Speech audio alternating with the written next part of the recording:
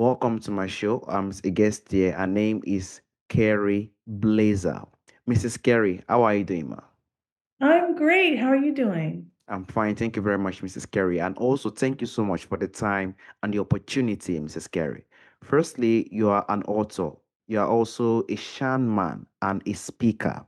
Can you please, Mrs. Kerry, discuss more about yourself and how you are doing currently now, Mrs. Kerry? Oh, well, thank you for asking. Yes, I'm a mother of three grown children. As you see, Bazoglo on the screen potentially is my married last name, even though I got divorced 20 years ago. I met him in Tibet and he's Israeli. So my children are half Israeli. So I'm a mother, I'm a shaman, which means I'm a healer. I talk to souls and I help people figure out where they're hating themselves and so they can, figure out how to love themselves instead. And then I'm an author of My Inner Heroine, Exploring Feminine Pain. And I'm 55 today, but it's the story of how 10 years ago, on my 45th birthday, my mother passed away.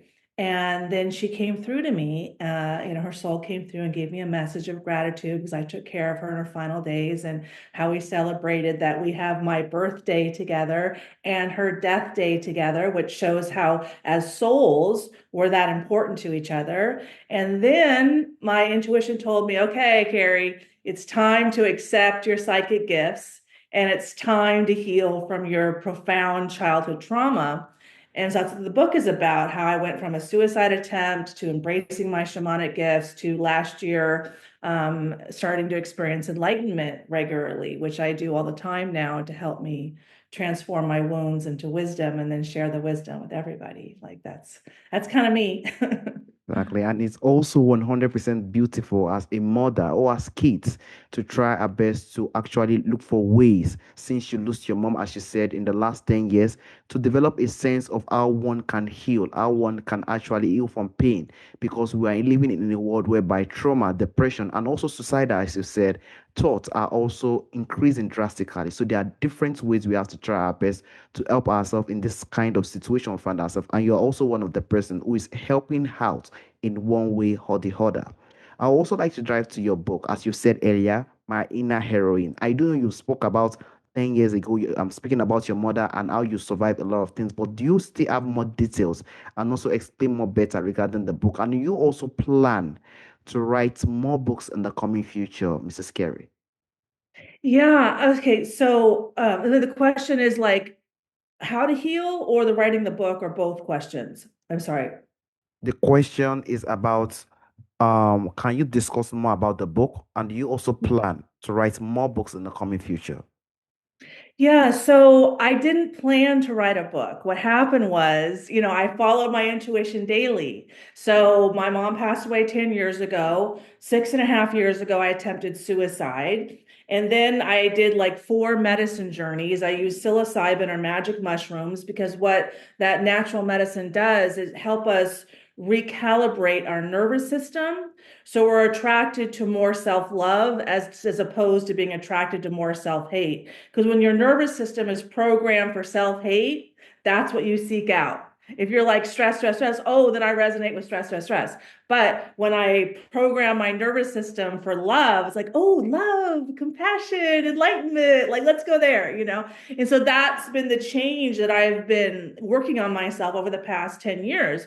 And in my book, I detail all the progress there and my wisdom. But let's talk about what's happened since I published in April of 2025. So, um, what I didn't realize the whole time until I put all the pieces together is that my soul has been showing me in my whole life all of the signs and synchronicities that my soul is the same soul as Mary Magdalene. Now, who is Mary Magdalene? Mary Magdalene, and there's just, a lot of debate over who was Mary Magdalene. So I'm giving my version of events, which I'm sure people will, she's in the Bible. Yeah. She was at the crucifixion. She was the one that first saw Jesus rise. Okay. So per my research and intuitive, like with academic, and I have a master's degree in East Asian religious studies. So, and I studied from the University of California at Santa Barbara. So I was under the best of the best in terms of religious studies scholars.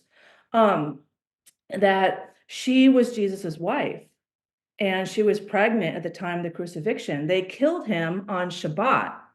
What is Shabbat in Judaism? That's the surrender. That's the healing time. That's the feminine time. That on Friday night is when Jews read the poem, Woman of Valor poem, kind of appreciating all the work that women do and how necessary they are. So instead of Jesus reading to my soul that poem, they were killing him in front of me. Okay, so and on my website, you can see all the signs and synchronicities that my soul, like my birthday is June 25th. My guy, his initials are JC. Like it's just, it goes on and on and then it keeps happening. So what's happened since then? So around my birthday this year, June 25th, I started accepting all these signs and synchronicities. I'm like, okay, it's time. Like it's just like, it's time. And so, and then I started realizing in like August and early September that there's a lot of prophecies that the second coming is in September of 2025, all around the Jewish New Year. Okay, like they're killing the 10th red heifer. They're like blowing the horns. There's like this red moon. There's all these, signs and synchronicities, right? Because there's no true metric, right? What's the true metric? There isn't like, so anyway, so I keep going with my life and I make my first video on September 14th, which is the exaltation of the Holy Cross. It's a day in Christianity where they celebrate that the cross is the only path to heaven. Now you can watch that video, but I went off. I went off. I'm a wife. You killed my man. I was pregnant. I'm a little upset. And then my last name Buzoglo is Israeli, and it's Middle Eastern Israelis that have been discriminated against by the Jewish ruling class. Okay. And so we get into Jewish ruling. So then I on September 26th, I was like, okay, I finally could put together my teachings, which are 6 divine feminine self-love strategies, also on my website. And I made a video and I wrote them up in like simple, easy to understand with wisdom and knowledge. I use laws of physics to back up the wisdoms to, it's easier to understand. And the next day I made 2 videos, including asking the question, has the church been successful at teaching love thy enemy? And I'm going to argue no, based on all the wars of the past 1700 years. The church has been successful at things, but has not been successful, in my opinion, of teaching love thy enemy. And then I had this huge enlightenment experience on September 27th, where I basically did a soul to soul transmission. That's what enlightenment does. It opens up me, opens up all other souls so that we can share this wisdom between us. That's how all souls work together. Now, I didn't know what that day was until the next day. So that all happened. And then Sunday, my intuition says, Kerry, Google what is Shabbat between the Jewish New Year and the Jewish Day of Atonement, their holiest day, which is a day of forgiveness. Forgiveness is feminine, it's a right brain activity. The most holy day in Judaism honors the feminine, yet they're all men. So then on Sunday, my intuition guided me to research the Shabbat between the Jewish New Year, Rosh Hashanah, and the Day of Atonement, Yom Kippur, which is the holiest day in Judaism. And forgiveness is a right-brained activity. Forgiveness is feminine. Okay, so their holiest day is a day to celebrate femininity, and yet you have this Jewish ruling class of all men. Maybe there's an imbalance. Okay, so I look at that, I'm like, oh my gosh. So I gave feedback on self-love in Judaism on the holiest day that you're supposed to give that as a woman. And then I did more research about the Messiah. I'm like, oh, well, the Messiah says it's a covenant written on our hearts. I'm like, oh, well, that's an enlightenment experience. And even says that it will bypass scripture and go directly to the heart, which is exactly what I did. Like, and this is the value of femininity. Okay. Femininity is intuitive. Femininity is connection to the soul. Like I quote in my book, a Cherokee proverb. They say a woman's highest calling is to connect a man to his soul so he can unite with source. A man's highest calling is to protect a woman so she can walk the earth unharmed. So forgiveness, compassion, intuition, all the emotions, all that internal work that we go to the church for, or we go to the synagogue for, that is all feminine work. So, this is kind of my life. That was just, 3 weeks ago. This all happened. And now I'm like, okay, that was the second coming. And no one, Jesus isn't coming to save you, because I know personally that he's still dealing with a lot of his own challenges as the head of global security at GoDaddy. And BDSM.com is registered at GoDaddy. I'm just going to point people in a direction, right? So, what do Jesus and Mary do? What do, as divine feminine, divine masculine, we are souls having a human experience just like everyone else, okay? So 2,000 years ago, why couldn't the Jews embrace that Jesus was one half of the Messiah? That's one problem they had. Other problem they had is, why couldn't they embrace that Mary, the wisdom, like a power couple is a wise woman and a knowledgeable man. Okay, that's a power couple. That was Jesus and Mary Magdalene, right? Yeshua and Miriam, right? But why couldn't they embrace it? Well, they still hadn't embraced those aspects inside themselves. So why they, there was a worldview of Sophia, of wisdom, of gnosis, of inner knowing of men. There's early Christianity, but then men don't understand themselves, and women, we hadn't fully embraced our power, and we can't stop men from abusing us because physically they have the power, but also I had to accept this. As a woman, I'm the center. So if I'm out, my man's out on a limb. If I'm out, he's way out. So we can blame the patriarchy on the men, but why are the men so out of balance? Oh, the women are on a balance. Oh, we're in it together. Oh, we got to figure it out. Oh, we're all in a relationship. And that's what I'm here to show, and really ask the question of the Jews, because I've been making some videos and sending it straight to Israel, like adding Israel. What is the Jews' deepest wound, right? Because we're right now in the middle of this whole peace process, right? Why do the Jews, the universe is a mirror, right? So as the Jewish people, this kind of abusive ruling class that it's all over the world, a lot of people know, right? And they ain't perfect. They're trying to be the chosen one, but chosen to do what, right? You're chosen, but chosen for what? And now all of this self-hate is getting mirrored back to them by Islam. I mean, Islam, they're so pissed off at the ruling class of Jews that they have it in their text. Okay, prophet, we got you. We're going to kill those guys because we know their problem, and then you can come. I'm not, it's logical. I understand it. They have a point. So Jews have to admit they have an abusive ruling class to stop all this hate coming at them, which they're doing to themselves. Then once they admit that, then America can admit that we fuel the Jewish ruling class that's abusive through like all these different political and religious mechanisms and stuff. And then maybe Islam would say, okay, if you're going to admit that much fault, then we're going to admit, and then the most important thing, maybe China will come to the table and say, hey, because, I speak Chinese, I love China, we need help. Because what's the one country that Israel doesn't control? Israel doesn't control China. So this is what I do at home. And so I'm writing a book on how my soul is the same soul as Mary Magdalene. And you can, I have a whole write-up on my website. I have the 6 divine feminine self-love strategies on my website. Anyone can book with me. I can't be divine feminine and say, oh, you gotta pay. No. If you need me, no one books, book me, and then I'm figuring out donations, so I'm just, figuring stuff out. But that's what I got going on.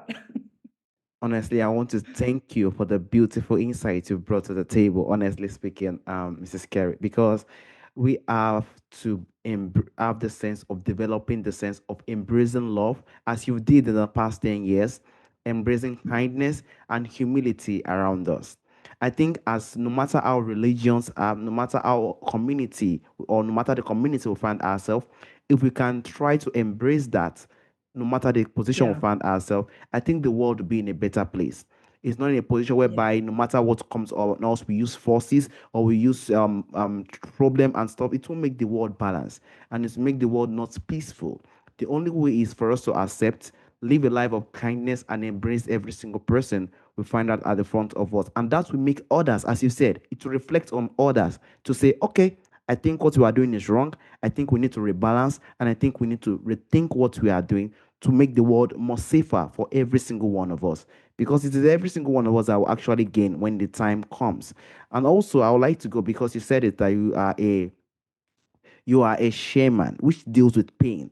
You started this development when after you lose your mom, and now you've also built yourself to make people understand better. So you emerge from pain as a shaman. What do you think? Because some people will really be confused. What do you think shamanic healing mean to you? And how do you think it can serve as a path for others seeking transformation? Mrs. Kerry. So we use the word shaman. Every soul is a shaman. Okay. So the gifts that I have to communicate with all of our souls, physicists have proven all souls do. I mean, I understand enlightenment because of a physicist, not because I have a master's degree in East Asian religious studies and I lived in Chinese Buddhist monasteries. That's not how I figured it out. So shamanism basically acknowledges that we're all souls having a human experience, that all of our souls are communicating through our heart space, which we are. So if you read in the six divine feminine self-love strategies, there's one saying changing the world is an inside job. And it explains there, based on a lot of the work by Dr. Joe Dispenza, how our hearts, the electromagnetic field around our hearts is 5,000 times stronger than our brains. So when I love myself, the channel that I'm putting out is much higher vibrating, Yeah. right? Than like shame, guilt, and fear. And the higher soul vibrates, the more transformative they are personally and to other people. So this is why change is an inside job. If you try to force people like communism is an external solution to an internal problem. It's never going to work. If we all love ourselves and communism naturally comes out, okay, cool. I would say ants have more of a more communal society where humans, because the masculinity is so hierarchical and then femininity is so non-hierarchical, but there's the balance, right? um so that's why I see shamanism as one tool, as a way to say, okay, they understand self-love. Like, ancient shamanic wisdom is when you don't feel good, you go to a shaman, you say, I don't feel good. And the shaman says, when's the last time you danced? When's the last time you loved? When's the last time you made love? Which is now what Western doctors are figuring out. Like, there's all these cancer centers, and they see that 7 out of 9 of the main healing tools are emotional. And they know that people who are people pleasing, who are codependent, who put other people before themselves, who don't care for themselves emotionally, and our body is a mirror of the soul. So if the body has cancer, the soul is not high vibrating. If the body has a virus, the soul is not high vibrating. Like, I haven't gotten physically sick in 6 years. Hmm. And, I'm sitting here drinking coffee. I don't have the best diet. It's not an awful diet, but, and I take edibles all the time with sugar to help open me up. So I'm not over here all perfect, but you ask the question, why can a man who's 105, who smokes cigars and drinks every day, still be alive? And that's how, because his soul is so high vibrating. And this is what the early Christians, this is what Jesus and Mary were teaching.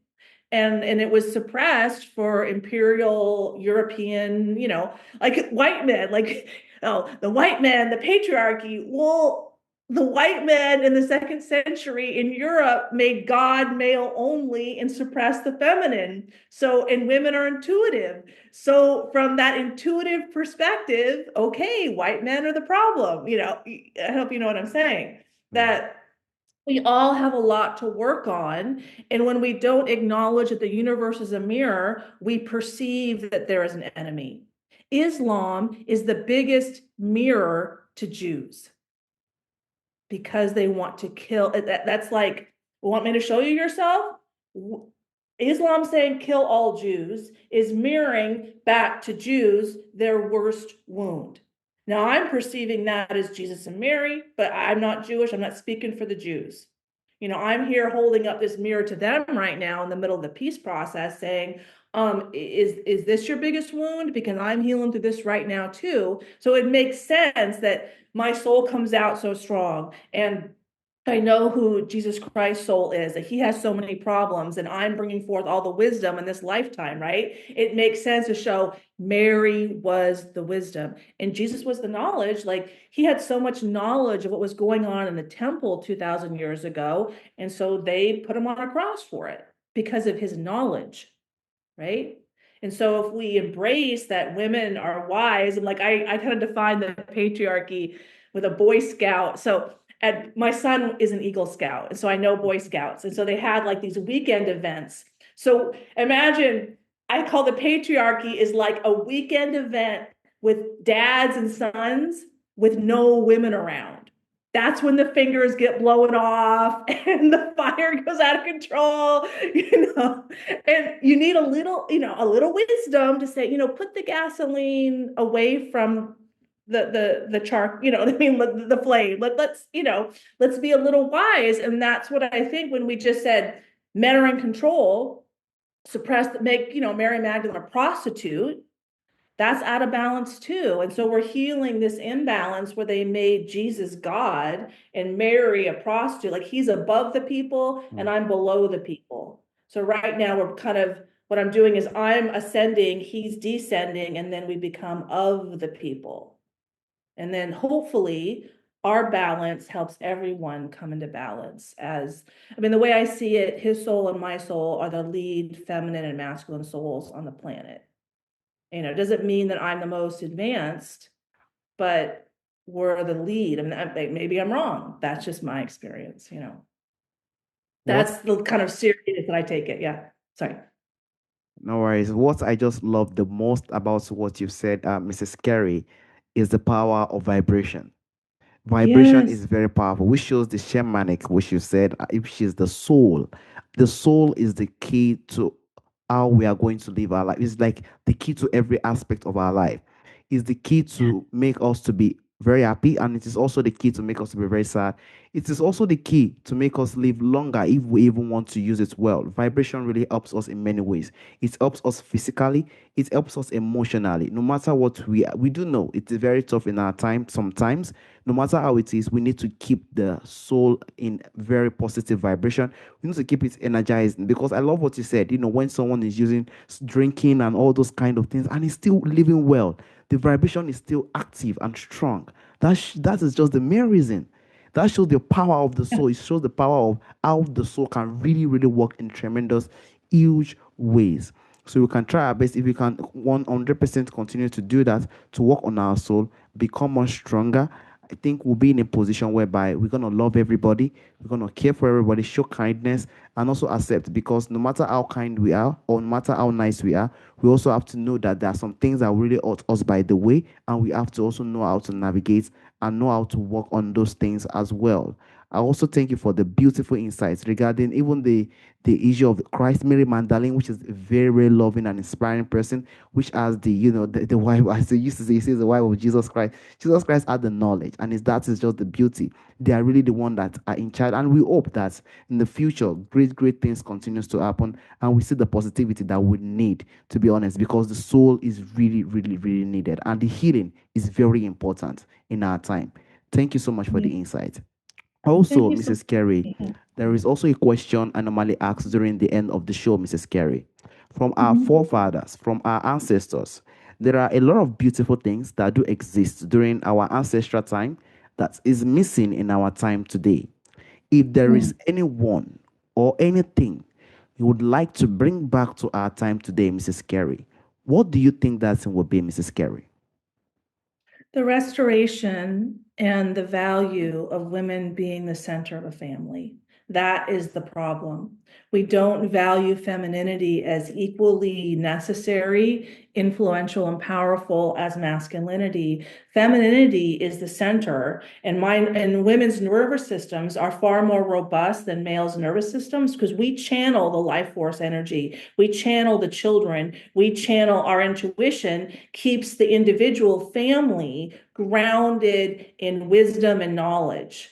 And so when we celebrate the family, we celebrate the woman as the center, we celebrate the man as the lead, as equally important. Because when the man is more important than the woman, then he can cheat and he can have multiple women, and then we're all out of balance. Okay. So this is what I saw during my first enlightenment experience, is that if we restore the feminine as equal to the masculine, and the feminine creates, like Sophia creates, she's wisdom, and the masculine gnosis, he orchestrates. Okay, so the feminine creates, the masculine orchestrates, and together that's God.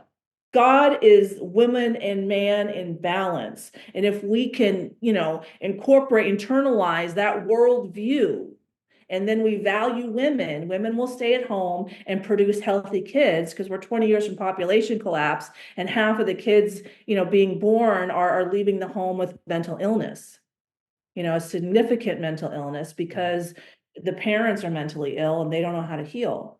So this is where I see the most important thing is that learning of self-love, valuing self-love, because that center of the family is where emotional intimacy is created and sustained, and that's where mental health is created and sustained. And we can't operate and thrive as humanity if we're all mentally ill. So the healthy nuclear family is how we create heaven on earth, because it's my intuitive guidance that no one's coming to save us. Like, oh, Jesus is coming. That's an external solution to an internal problem. And now we have the laws of physics to support how all this works. So, I live on the beach in Southern California. How is that not heaven on earth? The only thing that's not heaven are all my relationships. Yeah. And those are all mirrors of my relationship with myself. Like Israel, that's heaven on earth. But they're in hell right now because they have a relationship with themselves that is hell. And the whole world is mirroring it back to them because we're one big family of souls helping each other out. There's your wound, there's your wisdom. There's your wound, there's your wisdom. Right now, there's a huge mirror to Israel because it's their time to admit fault. And I believe they were chosen to take on the most wounds because Mm. then they can share the most wisdom. Like Bazaglo, huge wound. And what I only realized recently is that Bazaglos were kicked out of Spain in 1492. And then they took on this last name, Bazaglo, to mean exiled and humiliated. The Jews in Eastern Spain were really close to people in France. Well, Mary Magdalene went to France after Jesus was crucified and helped start a religion, the way of love, by the Cathars. In the 14th century, 1 million Cathars were killed. So they started escaping in the 12th and 13th century into Spain, and then going with the Jews, because the Jews in Spain were much more open than the ruling class Jews, like the Ashkenazi Jews, which is very insular, and the rabbi controls everything. So, of course, Mary Magdalene comes back to the Jewish community who supported her, who's also being discriminated against. So I can hold up an even bigger mirror as a woman, Mary Magdalene's soul, and a Bazaglo. And he left Judaism. His great grandfather was the top Sephardic rabbi in Haifa, my ex husband. Why did he leave Judaism? Oh, the ruling class of Jews have deemed that their families don't have to serve in the military in Israel, right? All of the black, the Orthodox, the Schwarzim, you say in Hebrew. Why would why do they want to stay in a religion where the ruling class is like, "Oh, we're better than you, you go die." Not It's, possible. so yeah. True, true. I completely agree with you. That is why we are all souls to show kindness and love. We shouldn't show that we are ahead or we are bigger than one, because that shows that now makes one to have the sense of mirror, as you said. People now mirror on you. Everybody mirror on you. That oh, the hell, people are going to be like that, and that is what we have to understand. And I also love what you said, feminism, and that is it, because I also normally believe that women really play a very big role in, even when it comes to family. They play a very, very powerful role, and that is why a man who really, really sees it really respects the wife, and also most of the time the kids as well, because that is why women usually have that luck of, or usually have that position of children really loving the mother more than the father, because they know the care of the man. They know how women are more embracing and are more just embracing. Men don't really have those kind of features. It's women that do have those kind of beautiful features, and that is why when they are with us, we should know how we could embrace and also put them in position whereby they can also use those qualities for more positive things, for the greatness of the world. It's just for the greatness of every single one of us. I also want to use this opportunity to thank you for the time. The discussion we had today, it is very beautiful, something that is very inspirational and inspiring, and I thank you for that. Thank you so much, Mrs. Carey. Thank you so much for having me. All right, Mrs. Carey. Have a wonderful day, Mrs. Carey. Bye bye.